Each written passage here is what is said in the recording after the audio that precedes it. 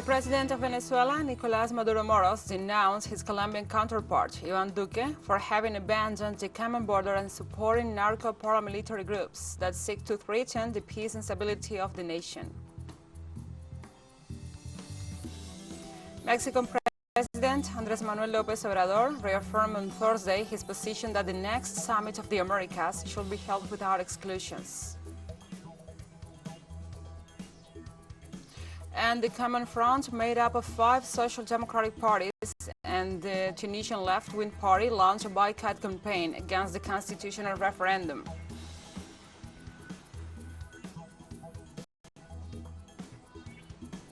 From the headquarters of Telesur English in Havana, Cuba, this is From the South. I'm your anchor, Gladys Quesada, and these are the news. The president of Venezuela, Nicolás Maduro Moros, presented on Thursday a balance of the military operations Escudo Bolivariano, Bolivarian Shield, which are being carried out in the country's borders. Accompanied by the National Armed Forces, the head of the state congratulated the officers for their work on the operations in the border regions. Since the beginning of the year, rapid action units of the armed forces intensified their operations in the western border region of the country, with emphasis on the states of Apure and Zulia, with the purpose of neutralizing the criminal actions of the so-called Tancol groups coming from and financed by the government of Colombia.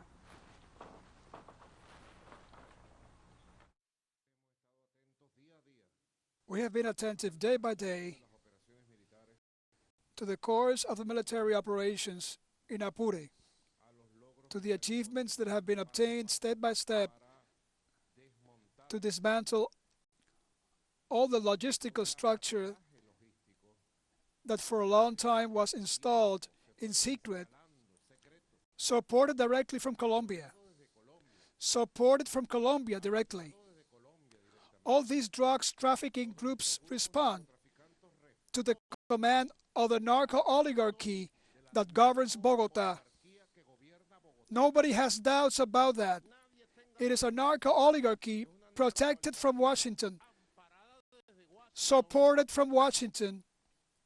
As easy as that, as simple as that. President Maduro also denied that the government of Colombia mobilized troops to secure the borders, asserting that there is a total abandonment of the common border.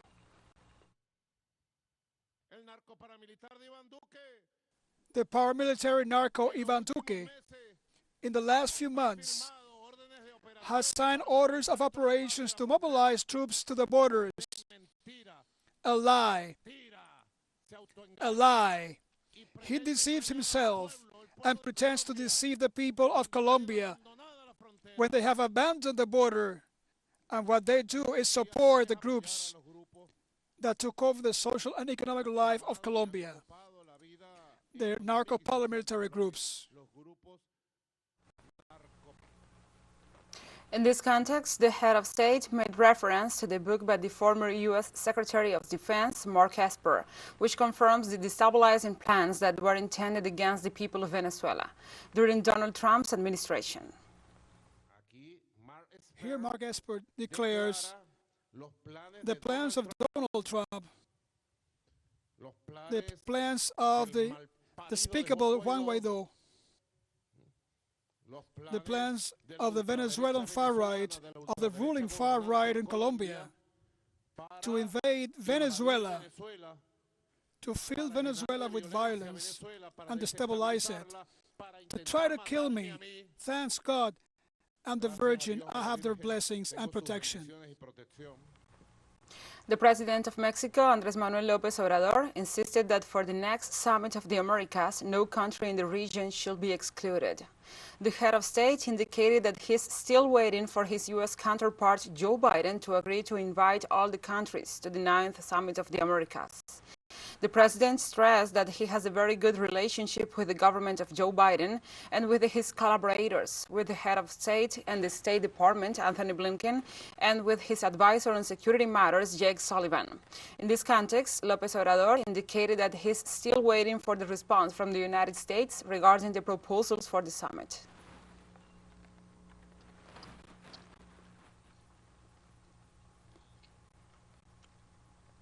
The government of Argentina declared that it will attend the Summit of the Americas on behalf of the Community of Latin American and Caribbean States, CELAC.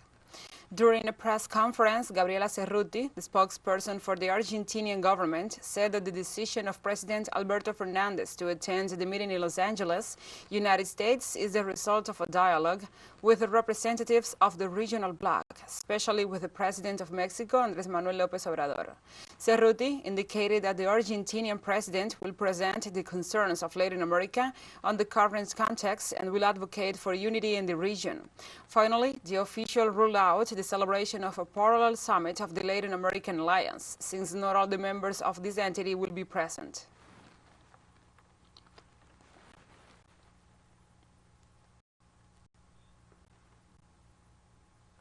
The Peruvian Congress will define on Thursday the petition to question the Prime Minister Aníbal Torres for the extension of the state of emergency in the framework of the COVID-19 pandemic.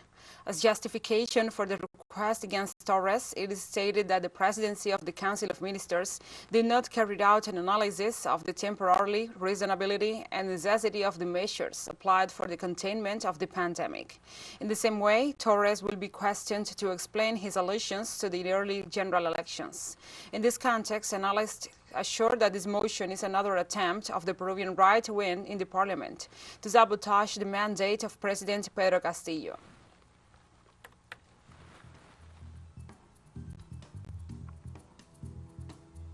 We'll take a short break now. Join us again after this.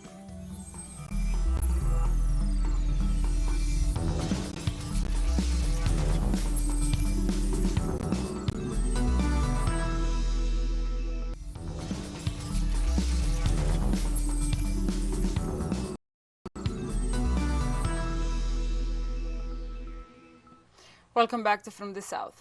In Costa Rica, political and labor organizations rejected the initiative to eliminate the 8-hour working day, while assuring that it constitutes a step backwards in human rights. On Tuesday, the Legislative Assembly summoned various political, union, and social actors to discuss a project that seeks to restructure the working day to 12 hours of work during 4 consecutive days and 3 days off. However, the Broad Front Party rejected the proposal and requested that it be discussed based on the studies on the damages of this measure on the mental and physical health of workers. For its part, the Costa Rican Union and the Social Unitary Bloc pointed out that the new proposal suppresses, among other aspects, the payment of overtime, while they denounce that it is an imposition of slave conditions.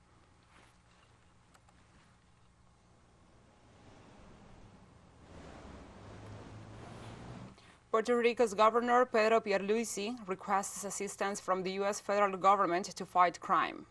Pierluisi made the request to the U.S. Department of Homeland Security to revive the Operation Caribbean Resistance program due to the more than 20 murders that have occurred on the island in the last week.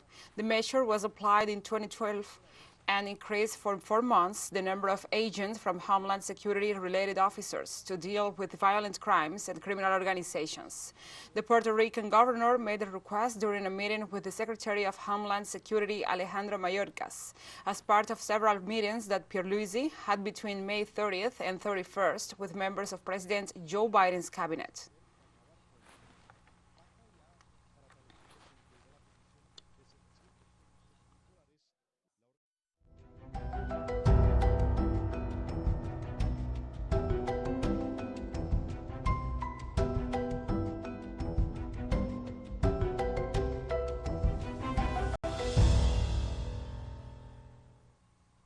Now we move on to other topics. In Sweden, the United Nations Secretary-General called for action to tackle climate change on the first day of the Stockholm Plus 50 summit. The event, which commemorates the 1972 United Nations Conference on the Human Environment and celebrates 50 years of global environmental action. During his address, Guterres called for action to tackle climate change, biodiversity loss, pollution, and waste. He said all nations must do more to protect the basic human right to a clean environment, asserting that the current rate of global consumption exceeds planetary capabilities by far. Plus 50 a healthy planet for the prosperity of all. During her virtual intervention at the Stockholm Plus 50 international meeting, Venezuelan Vice President Delcy Rodriguez said that this is the worst crisis of humanity and held responsible the capitalist model that has attempted against the rights of Mother Earth. The terrible environmental crisis that threatens the very existence of the human species. The main cause of this crisis, the intervention of men. The predatory production model of an exacerbated capitalism that has attacked the rights of Mother Earth. In Brazil, the death toll rises to 127 after heavy rains caused landslides and floods in the state of Pernambuco. According to local authorities, the bodies of 5 people, among them a child, were recovered in the localities of Recife and Limoeiro. In the midst of the climatic situation, 24 municipalities were declared in a state of emergency, and the number of fatalities is expected to increase. It was also reported that over 7,000 people are homeless due to the damage caused by the rains. In this context, the citizens expressed that they have been abandoned by the government due to the lack of support to the communities during the catastrophe. Meanwhile, local authorities reported that rescue teams continue with search and rescue operations for possible survivors.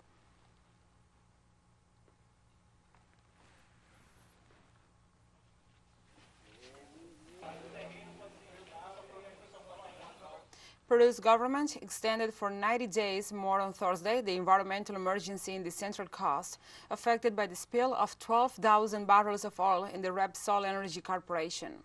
The decision seeks to guarantee the coastal area's cleanup plan, which had been hindered by the region's fishing and tourist activities. The spill on January 15th occurred when the Italian-flagged vessel Mare Doricum was unloading crude oil at the La Pampilla refinery in Ventanilla, 30 kilometers north of Lima. Repsol initially blamed the incident to the waves generated by a volcanic eruption in Tonga on the other side of the Pacific Ocean.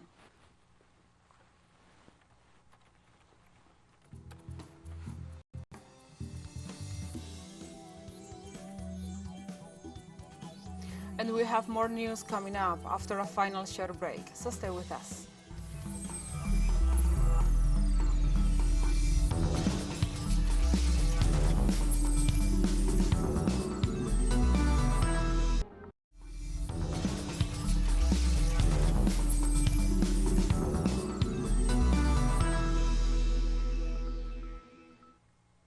We are back. On Thursday, the Common Front, made up of 5 social democratic parties and the Tunisian left-wing party, launched a boycott campaign against the constitutional referendum unilaterally set by President Kais Saied for July 25th, considering it an instrument to be granted to a false legitimacy and establish its authoritarian power. The participants in this initiative, Democratic Current, Popular Front, Erakatol Workers' Party, and Modernist Democratic Pole, defended as a national duty their rejection of the supposed national dialogue, which excludes political parties and whose members have been selected by the president.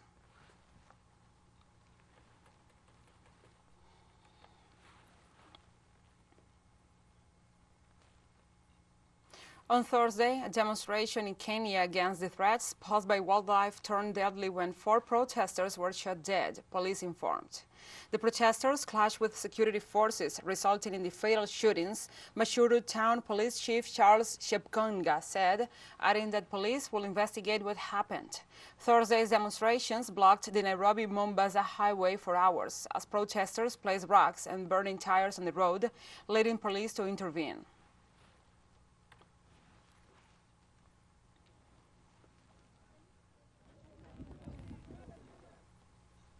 In Yemen, the parties to an armed conflict that has lasted for the past 7 years agreed to extend for 2 more months the temporary ceasefire enforced last April. According to United Nations Special Envoy to Yemen, Hans Grundberg, the idea of extending the ceasefire was a UN initiative, and it will be implemented under the same terms as the original agreement between the government and the rebels. The ceasefire has significantly helped reduce civilian deaths and in reactivating some commercial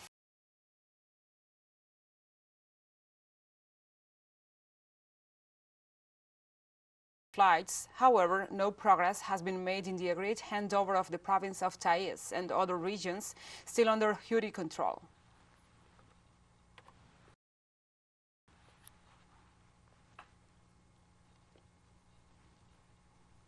In Syria, a terrorist attack on a bus in the Deir ez-Zor province leaves 3 civilians dead and 21 injured. Witnesses confirmed the civilian status of the vehicle and its crew, while the insurance authorities reported that immediate assistance was provided to the victims, several of whom remain in serious conditions at Al-Azad hospital. The conflict between the Syrian government and the terrorist groups sponsored by foreign powers continues on the way to a solution that will allow the establishment of peace throughout the territory and the return of refugees.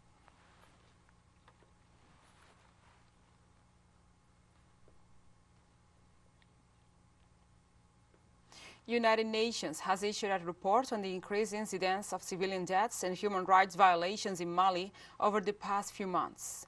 According to a United Nations report, 248 civilians have died by the hands of the security forces in Mali in over the first 3 months of this year. Moreover, there has been a 10-fold increase in human rights violations committed by the state, but with the added element of having been backed by foreign military.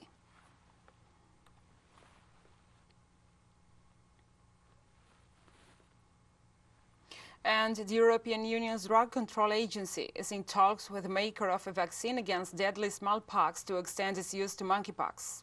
The European Medicines Agency, EMA, said that it was working with the manufacturer of the Imvanex jab out of precaution to ensure it had supplies if needed. Imvanex, made by Danish firm Bavarian Nordic, was authorized by the EMA in 2013 for smallpox, but the maker did not apply at the time for its use against monkeypox. The Drug Control Agency was also ready to discuss how to increase manufacturing capacity, given that smallpox jabs are in short supply due to its eradication more than 4 decades ago. The U.S. said it has around 1,000 doses of Imvanex, where it is known indigenous and is already authorized for smallpox. Are you confident there would be sufficient?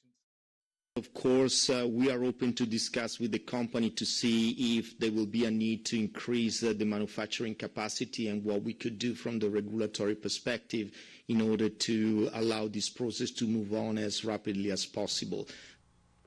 Moroccan health authorities reported on today the first case of monkey or semenpox amid the adoption of the measures to prevent the infection from spreading in the national territory. The Ministry of Health said that the patient came from a no-mentioned European country and was detected under the control established since the launching of a recent global health alert.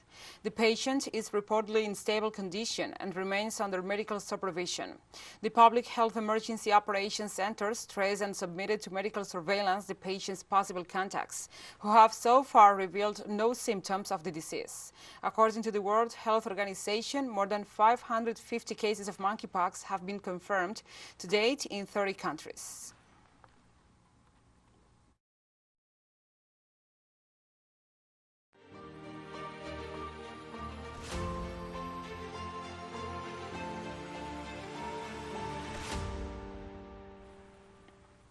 And now we move on to other topics. The Kremlin spokesperson Dmitry Peskov accused Ukraine of blocking negotiations to solve the conflict as it reached 100 days this Thursday. The senior official assured that Kiev was quite aware of Moscow's demands. However, Ukrainian President Volodymyr Zelensky said otherwise. Peskov assured that Western allies continue to pressure Kiev, and after reaching some basic agreements, it was shown a preference for another option that was not on the negotiation table. The military operation launched by Russia on February 24th has as general objectives the demilitarization and denazification of Ukraine. In the negotiations initiated on March 29th between Kiev and Moscow, Russia established its demands, which after 100 days and after being initially accepted, Ukraine does not recognize.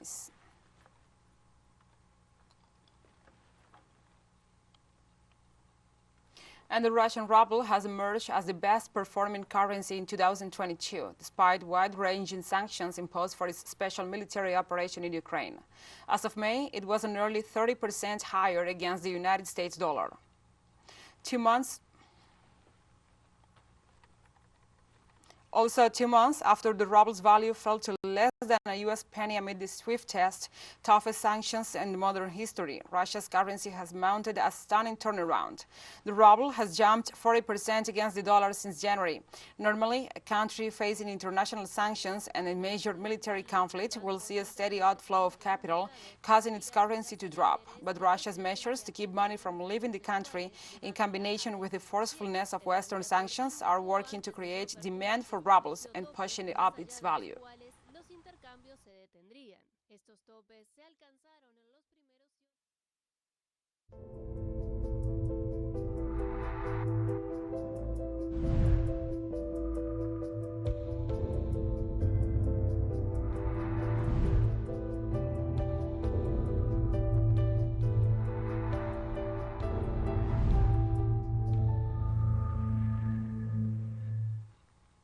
Now we move on to other topics. A World Health Organization analysis predicts that COVID-19 related fatalities are expected to decline in Africa by almost 94% in 2022 compared to 2021, which was the deadliest year of the pandemic. The analysis, published this week in the scientific journal The Lancet Global Health, shows that while the region officially declared 113,102 fatalities in 2021, around 1 in 3 deaths was not taken into account, and the true number of deaths will be 350,000. The analysis predicts that about 23,000 deaths by the end of 2022 if current variants and transmission dynamics do not change.